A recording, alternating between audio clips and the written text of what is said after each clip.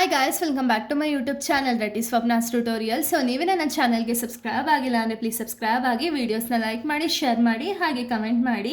So ಇವತ್ತು ನಾನು ಮಾಡ್ತಿರೋ ಸಬ್ಜೆಕ್ಟ್ ಯಾವುದು ಅಂದರೆ ಸೆಕೆಂಡ್ ಸೆಮ್ BComನ ಒಂದು HRM ಅನ್ನೋ ಒಂದು ಸಬ್ಜೆಕ್ಟ್ನ ಎಕ್ಸ್ಪ್ಲೈನ್ ಮಾಡ್ತಿದ್ದೀನಿ. ಸೊ ಇದ್ರ ರಿಲೇಟೆಡ್ ನಾನು ಆಲ್ರೆಡಿ ತುಂಬ ಟಾಪಿಕ್ಸ್ಗಳನ್ನ ಎಕ್ಸ್ಪ್ಲೈನ್ ಮಾಡಿ ಅಪ್ಲೋಡ್ ಮಾಡಿದ್ದೀನಿ. ಸೊ ಯಾರ್ಯಾರೆಲ್ಲ ಆ ವೀಡಿಯೋಸ್ನ ನೋಡಿಲ್ವೋ ಒಂದ್ಸತಿ ಆ ವೀಡಿಯೋಸ್ನ ನೋಡ್ಕೊಂಡು ಬಂದು ಈ ಒಂದು ವೀಡಿಯೋನ ನೋಡಿ, ಬಿಕಾಸ್ ನಿಮಗೆ ಕಂಟಿನ್ಯೂಷನ್ ಅನ್ನೋದು ಪ್ರಾಪರಾಗಿ ಸಿಗುತ್ತೆ ಅನ್ನೋ ಒಂದು ರೀಸನಿಂದ. ನಾನು ಪ್ರೀವಿಯಸ್ ವೀಡಿಯೋದಲ್ಲಿ ನಾನು ಪರ್ಫಾರ್ಮೆನ್ಸ್ ಅಪ್ರೈಸಲ್ ಚಾಪ್ಟರ್ನ ಎಕ್ಸ್ಪ್ಲೈನ್ ಮಾಡ್ತಿದ್ದೆ, ಚಾಪ್ಟರ್ 4ನ. ಅದರಲ್ಲಿ ನಾನು ತುಂಬ ಟಾಪಿಕ್ಸ್ಗಳನ್ನ ಎಕ್ಸ್ಪ್ಲೈನ್ ಮಾಡಿದ್ದೆ. ಪ್ರೀವಿಯಸ್ ವೀಡಿಯೋದಲ್ಲಿ ನೀವು ನೋಡೋದಾದ್ರೆ ಮೆಥಡ್ಸ್ ಮತ್ತು ಚಾಲೆಂಜಸ್ ಆಫ್ ಪರ್ಫಾರ್ಮೆನ್ಸ್ ಅಪ್ರೈಸಲ್ನ ಹೇಳಿದ್ದೆ. ಸೊ ಈ ಒಂದು ವೀಡಿಯೋದಲ್ಲಿ ಪರ್ಫಾರ್ಮೆನ್ಸ್ ಮ್ಯಾನೇಜ್ಮೆಂಟ್ ಅಂದರೆ ಏನು ಅಂತ ಹೇಳಿ ಅದ್ರ ಬಗ್ಗೆ ತಿಳಿತಾ ಹೋಗೋಣ. ಓಕೆನಾ? ಏನಿದು ಪರ್ಫಾರ್ಮೆನ್ಸ್ ಮ್ಯಾನೇಜ್ಮೆಂಟ್ ಅಂದರೆ, it is a continuous process of planning, monitoring, evaluating and improving employee performance to achieve the organisational goals. ಅಂದರೆ ಏನು ಪರ್ಫಾರ್ಮೆನ್ಸ್ ಮ್ಯಾನೇಜ್ಮೆಂಟ್ ಅಂದ್ರೆ ಇಲ್ಲಿ ಹೇಳುತ್ತೆ ಏನು, ಮ್ಯಾನೇಜಿಂಗ್ ಆಲ್ ದ ಆಕ್ಟಿವಿಟೀಸ್ ಅಂತ ಹೇಳಿ. ಬಟ್ ಪರ್ಫಾರ್ಮೆನ್ಸ್ ಮ್ಯಾನೇಜ್ಮೆಂಟ್ ಅಂದರೆ ಏನು, ಇದು ಬಂದು ಕಂಟಿನ್ಯೂಯಸ್ ಪ್ರೋಸೆಸ್. ಓಕೆನಾ? ಇದು ಆರ್ಗನೈಸೇಷನ್ ಯಾವಾಗ ವೈಂಡ್ ಅಪ್ ಆಗುತ್ತೋ ಅಲ್ಲಿವರೆಗೂ ನಡೆಯುವಂಥ ಒಂದು ಪ್ರೋಸೆಸ್. ಓಕೆನಾ? ಈ ಪ್ರೋಸೆಸ್ಸಲ್ಲಿ ಏನು ಮಾಡ್ತಾರೆ, ಫಸ್ಟು ಪ್ಲ್ಯಾನ್ ಮಾಡ್ತಾರೆ, ಮಾನಿಟರ್ ಮಾಡ್ತಾರೆ, ಇವ್ಯಾಲ್ಯೂಯೇಟ್ ಅನ್ನೋದನ್ನ ಮಾಡ್ತಾರೆ ಆ್ಯಂಡ್ ಇಂಪ್ರೂವ್ ಅನ್ನೋದನ್ನ ಮಾಡ್ತಾರೆ. ಓಕೆ, ನಾನೇ ಏನು ಫಸ್ಟ್ ಪ್ಲ್ಯಾನ್ ಅನ್ನೋದನ್ನ ಮಾಡ್ತಾರೆ. ಯಾವ ರೀತಿ ಪ್ಲ್ಯಾನ್ ಮಾಡ್ತಾರೆ, ಇವಾಗ ಅಷ್ಟು ಜನ ಎಂಪ್ಲಾಯೀಸಲ್ಲಿ ಯಾವ ರೀತಿ ನಾವು ಮೋಟಿವೇಟ್ ಮಾಡೋದು ಅಥವಾ ಯಾವ ರೀತಿ ಆರ್ಗನೈಸೇಷನ್ ಗೋಲ್ಸ್ ಅನ್ನೋದನ್ನ ಅಚೀವ್ಮೆಂಟ್ ಮಾಡೋದ್ರ ಕಡೆ ಕಾನ್ಸಂಟ್ರೇಟ್ ಮಾಡಬೇಕು ಅಂದರೆ ಯಾವ ರೀತಿ ಪ್ಲ್ಯಾನ್ ಮಾಡಿದ್ರೆ ಒಂದು ಎಂಪ್ಲಾಯೀಸ್ ಯಾರಿರ್ತಾರಲ್ಲ ಅವರ ಒಂದು 100% ಡೆಡಿಕೇಶನ್ ಅನ್ನೋದನ್ನ ಕೊಡಬಹುದು ಅಂತ ಹೇಳಿ ಫಸ್ಟ್ ಪ್ಲ್ಯಾನ್ ಮಾಡ್ತಾರೆ. ಪ್ಲ್ಯಾನ್ ಮಾಡಿದ್ಮೇಲೆ ಅವ್ರನ್ನ ಮಾನಿಟರ್ ಮಾಡ್ತಾರೆ. ಇಲ್ಲ, ಎಂಪ್ಲಾಯೀಸ್ಗೆ ಮಾನಿಟರ್ ಮಾಡ್ತಾರೆ, ಯಾವ ರೀತಿ ಇದೇ ರೀತಿ ನಿಮ್ಮ ಕೆಲಸ ಮಾಡಬೇಕು, ಈ ರೀತಿ ಮಾಡಿದ್ರೆ ಮಾತ್ರ ಆರ್ಗನೈಸೇಷನ್ ಗೋಲ್ಸ್ ಅನ್ನೋದನ್ನ ಅಚೀವ್ಮೆಂಟ್ ಮಾಡ್ಬೋದು.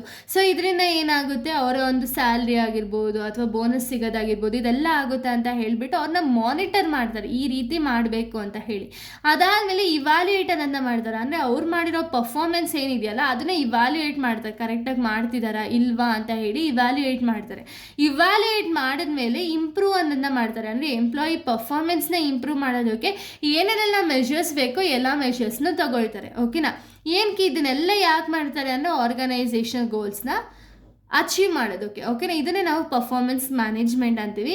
ಸೊ ಅದ್ರಲ್ಲಿ ನೋಡಿ ಪಾಯಿಂಟ್ಸ್ ಬಂದುಬಿಟ್ಟು ಅಲೈನ್ಸ್ ಗೋಲ್ಸ್ ಅಂದರೆ ಏನು, employee goals are connected with the organisational goals. ಅಂದರೆ ಏನು, ಇಲ್ಲಿ ಎಲ್ಲರಿಗೂ ಗೊತ್ತಿರೋ ಹಾಗೆ ಇವಾಗ ಎಂಪ್ಲಾಯಿ ಒಂದು ಆರ್ಗನೈಸೇಷನ್ ಗೋಲ್ ಆಯಿತು ಅಥವಾ ಆರ್ಗನೈಸೇಷನ್ ಅಚೀವ್ ಆಯಿತು ಅಂದರೆ ಆವಾಗ ತಾನೇ ಎಂಪ್ಲಾಯೀಸ್ಗೆ ಒಂದು ಕ್ರೆಡಿಟ್ಸ್ ಅನ್ನೋದು ಸಿಗೋದು. ಸೊ ಅದಕ್ಕೆ ಅವ್ರೇನು ಮಾಡ್ತಾರೆ ಅಂದರೆ ಇವಾಗ ಎಂಪ್ಲಾಯಿ ಗೋಲ್ ಏನಿರುತ್ತಲ್ಲ ಅದು ಕೂಡ ಒಂದು ಮ್ಯಾನೇಜ್ಮೆಂಟ್ ಗೋಲ್ ಜೊತೆಗೇ ಕನೆಕ್ಟ್ ಆಗಿರುತ್ತೆ. ಓಕೆನಾ? ನೆಕ್ಸ್ಟ್ ಇಂಪ್ರೂವ್ ಎಂಪ್ಲಾಯಿ ಪರ್ಫಾರ್ಮೆನ್ಸ್ ಅಂದರೆ ಏನು, ಕಂಟಿನ್ಯೂಯಸ್ ಆಗಿ ಗೈಡೆನ್ಸು ಅಥವಾ ಸಪೋರ್ಟ್ ಕೊಡೋ ಮುಖಾಂತರ ಏನಾಗುತ್ತೆ ಅಂದರೆ ಎಂಪ್ಲಾಯಿ ಪರ್ಫಾರ್ಮೆನ್ಸ್ ಏನಿದೆಯಲ್ಲ ಅದು ಇಂಪ್ರೂವ್ ಆಗ್ತಾ ಹೋಗುತ್ತೆ, ಅಂದರೆ ಡೇ ಬೈ ಡೇ ಇನ್ಕ್ರೀಸ್ ಆಗ್ತಾ ಹೋಗುತ್ತೆ. Next encourages continuous feedback. ಅಂದರೆ ಏನು, ಮ್ಯಾನೇಜರ್ಸ್ ಏನು ಮಾಡ್ತಾರೆ ಅಂದರೆ ರೆಗ್ಯುಲರ್ ಆಗಿ ಎಂಪ್ಲಾಯೀಸಿಂದ ಫೀಡ್ಬ್ಯಾಕ್ನ ತಗೊಳ್ಳೋದ್ರಿಂದ ಏನಾಗುತ್ತೆ ಅಂದರೆ ಒಂದು ಆರ್ಗನೈಸೇಷನ್ ಎಲ್ಲಿ ಯಾವ ರೀತಿ ಎಡುತ್ತಿದೆ ಅಥವಾ ಎಂಪ್ಲಾಯಿಗೆ ಬೇಕಾಗಿರೋ ಬೆನಿಫಿಟ್ಸ್ ಎಲ್ಲಿ ಸಿಗ್ತಿಲ್ಲ ಅಂತ ಹೇಳಿ ಇವ್ಯಾಲ್ಯೂಯೇಟ್ ಮಾಡೋದಕ್ಕೆ ಇಂಪ್ರೂವ್ ಆಗುತ್ತೆ.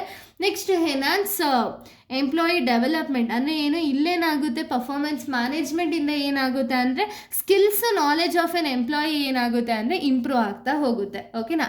ನೆಕ್ಸ್ಟ್ ಪಾಯಿಂಟ್ ನಾವು ನೋಡೋದಾದರೆ, ಸೊ ನೋಡಿ ನೆಕ್ಸ್ಟ್ ಬಂದುಬಿಟ್ಟು ಇನ್ಕ್ರೀಸ್ ಮೋಟಿವೇಶನ್ ಅನ್ನೋದು ಯಾವ ರೀತಿ ಇನ್ಕ್ರೀಸ್ ಆಗುತ್ತೆ, ಇವಾಗ ಪ್ರಾಪರಾಗಿ ನಾವು ಮ್ಯಾನೇಜ್ಮೆಂಟ್ ಮಾಡೋದ್ರಿಂದ ಏನಾಗುತ್ತೆ ಅಂದರೆ ಅದರಲ್ಲಿ ಬೆಸ್ಟ್ ಪರ್ಫಾರ್ಮರ್ ಯಾರು ಅಂತ ಹೇಳಿ ಗೊತ್ತಾಗುತ್ತೆ. ಸೊ ಇವ್ರನ್ನ ರೆಕಗ್ನೈಸ್ ಅನ್ನೋದನ್ನ ಮಾಡಿಬಿಟ್ಟು ರಿವಾರ್ಡ್ಸು ಅಥವಾ ಎನ್ಕರೇಜ್ ಮಾಡೋದ್ರಿಂದ ಏನಾಗುತ್ತೆ ಅಂದರೆ ಎಂಪ್ಲಾಯಿ ಕಂಪ್ಲೀಟಾಗಿ ಸ್ಯಾಟಿಸ್ಫೈ ಆಗಿ ಆರ್ಗನೈಸೇಷನಲ್ ಗೋಲ್ಸ್ನ ಯಾವ ರೀತಿ ಅಚೀವ್ಮೆಂಟ್ ಮಾಡಬೇಕು ಅನ್ನೋದ್ರ ಕಡೆ ಕಾನ್ಸಂಟ್ರೇಟ್ ಅನ್ನೋದನ್ನ ಮಾಡ್ತಾನೆ ಅಲ್ವಾ.